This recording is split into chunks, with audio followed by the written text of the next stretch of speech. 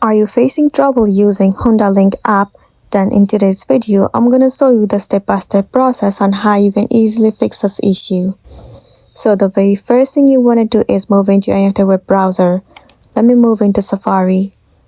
Here in the address bar, you need to search for HondaLink outtays. You need to head over to the very first site.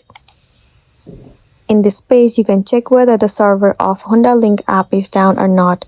Sometimes the server might be down, and in that case, all you gotta do is wait for the server to get fixed. Once the server is fixed, now move into the App Store on your device. In the address bar, search for HondaLink app. Move into this app. Right here, if you see the option of update, then tap on update and update the app to the latest version.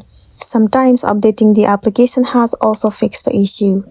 If not, now the next thing you want to do is move into settings and then head over to general.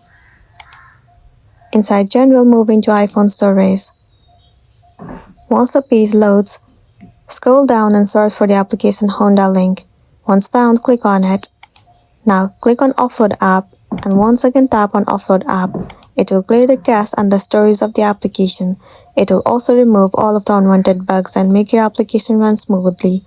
This should definitely fix the issue that you have been facing, and then you'll be good to go. So that's the end of the video. If this video really helped you, give it a like and check out our next tutorial. Thank you.